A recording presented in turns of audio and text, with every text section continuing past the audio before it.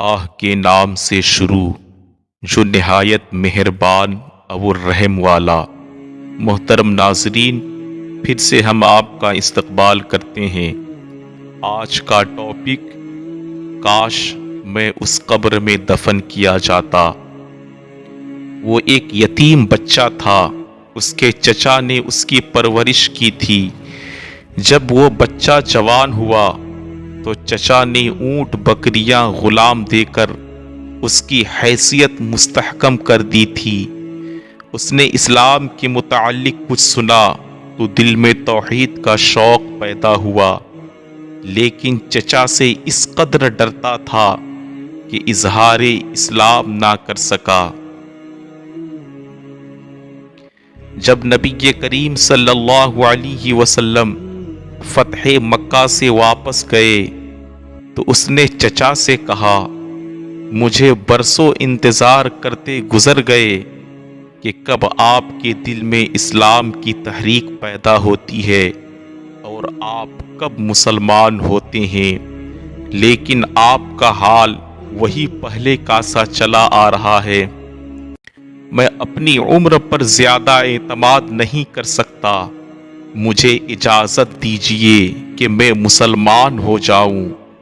چچا نے جواب دیا، دیکھو، اگر تو محمد صلی اللہ علیہ وسلم کا دین قبول کرنا چاہتا ہے تو میں تجھ سے سب کچھ چھین لوں گا اور تیرے بدن پر جو پڑا ہوا چادر ہے اور تہبند ہے اسے بھی باقی نہ رکھوں گا۔ اس نے جواب دیا، چچا جان، میں مسلمان ضرور ہوں گا اور محمد صلی اللہ علیہ وسلم کی اتباع قبول کروں گا، شرک سے بیزار ہو جاؤں گا۔ اب آپ کا جو منشا ہے کریں، اور جو کچھ میرے قبضے میں مال و زر وغیرہ ہے سب کچھ سنبھال لیں۔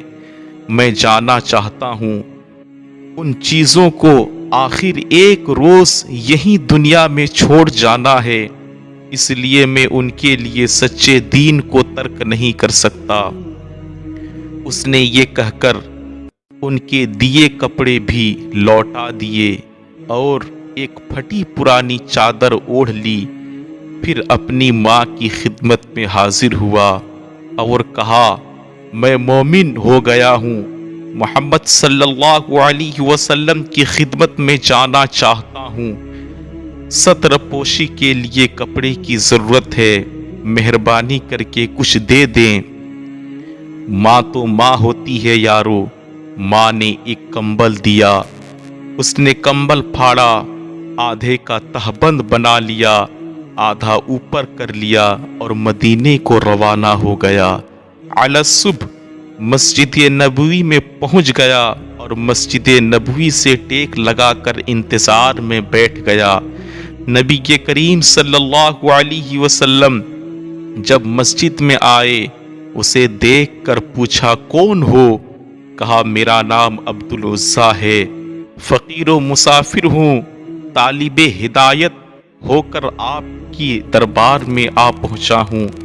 نبی کریم صلی اللہ علیہ وسلم نے فرمایا، آج سے تمہارا نام عبداللہ ذو الوجہین لقب ہے، تم ہمارے قریب ہی ٹھہرو اور مسجد ہی میں رہا کرو۔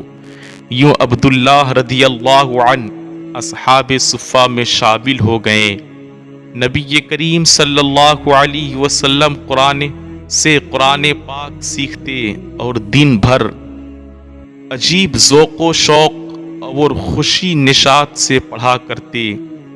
ایک دفعہ حضرت عمر رضی اللہ تعالی عنہ نے کہا کہ لوگ تو نفل نماز پڑھ رہے ہیں اور یہ اعرابی اس قدر بلند آواز سے ذکر کر رہا ہے کہ دوسروں کی قرات میں مزاحمت ہوتی ہے۔ نبی کریم صلی اللہ علیہ وسلم نے فرمایا، عمر، اسے کچھ نہ کہو، یہ تو اللہ اور اس کے رسول کے لیے سب کچھ چھوڑ چھاڑ کر آیا ہے۔ عبداللہ رضی اللہ تعالی عنہ کے سامنے غزوہ تبوک کی تیاری ہونے لگی۔ تو نبی کریم صلی اللہ علیہ وسلم نے انہیں دعا دیتے ہوئے فرمایا، الہی میں کفار پر اس کا خون حرام کرتا ہوں۔ عبداللہ رضی اللہ عنہ نے کہا، یا رسول اللہ صلی اللہ علیہ وسلم، میں تو شہادت کا طالب ہوں۔ نبی کریم صلی اللہ علیہ وسلم نے فرمایا، جب اللہ کے راستے میں نکلو اور پھر بخار آئے اور مر جاؤ تب بھی تم شہید ہی ہوگے۔ تبوک پہنچ کر یہی ہوا، بخار چڑھا اور انتقال کر گئے۔ بلال بن حارث مزنی رضی اللہ عنہ کا بیان ہے کہ میں نے عبداللہ رضی اللہ تعالی عنہ کے دفن کی کیفیت دیکھی ہے۔ رات کا وقت تھا، پہلے وہ حضرت بلال رضی اللہ عنہ کے ہاتھ میں اترے اور حضرت ابو بکر و عمر رضی اللہ عنہما ان کی لاش لحد میں رکھ رہے تھے۔ نبی کریم صلی اللہ علیہ وسلم ان کی قبر میں اترے اور حضرت ابو بکر و عمر رضی اللہ عنہما سے فرماتے تھے، اپنے بھائی کو میرے قریب کرو۔ نبی کریم صلی اللہ علیہ وسلم نے قبر میں اینٹیں بھی اپنے ہی ہاتھ سے رکھی اور پھر دعا فرمائی، اے اللہ میں ان سے راضی ہوا، تو بھی ان سے راضی ہو جا۔ حضرت ابن مسعود رضی اللہ تعالی عنہ فرماتے ہیں، کاش اس قبر میں میں دفن کیا جاتا۔ مدارج النبوہ جلد 2 صفحہ نمبر 90 اور 91۔ عمدہ قسم کے سبق آموز واقعات، حکایات کے لیے آج ہی ہمارے چینل سے جڑیں اور صدقہ جاریہ سمجھتے ہوئے دوسروں تک شیئر کریں۔